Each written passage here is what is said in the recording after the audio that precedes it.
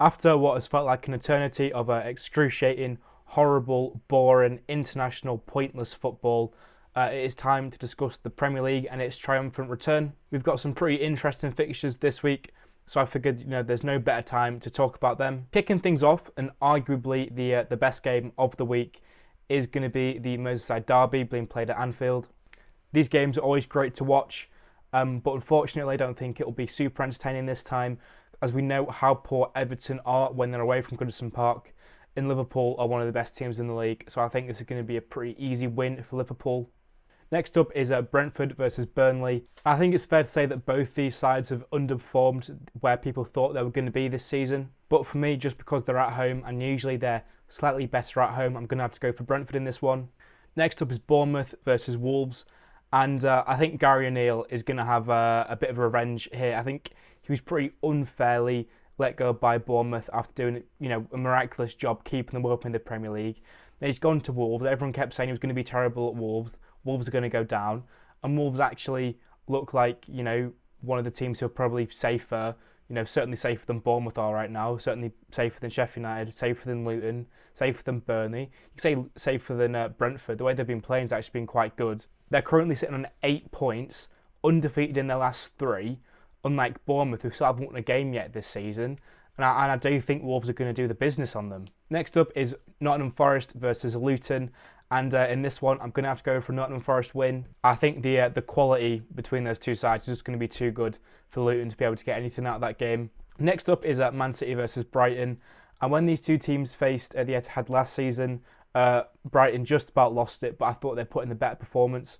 And I feel like it'll be a similar story again. This time, obviously, I think Brighton will play better, but I just think Man City just have the quality over them with players like Haaland, Alvarez, and they'll win the game. Next up is Newcastle versus Crystal Palace.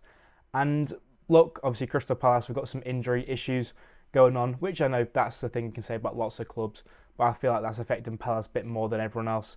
And Newcastle are in a good run of form, and I feel like Newcastle will probably beat them. But then again, they do have Champions League coming up this week, I believe, so they may be rotating a little bit. But yeah, I think I'll still go for a Newcastle win in that game. Next up is Chelsea versus Arsenal. I know the league positions are vastly different. There's probably about 10 places between them. I feel like Chelsea have a very good chance of beating them. I don't think Arsenal have been that good so far this season. I know they've just come off a win against Man City, but it was a pretty jammy win. It was a poor game. Like, neither team showed any sort of real quality in that game. And Chelsea have had lots of really good performances, which they hadn't turned into results.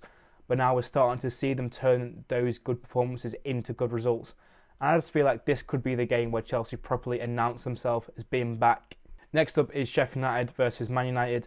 And I don't want to waste a huge amount of time talking about this. There is a torrential rain in Sheffield right now, and there's major flood warnings.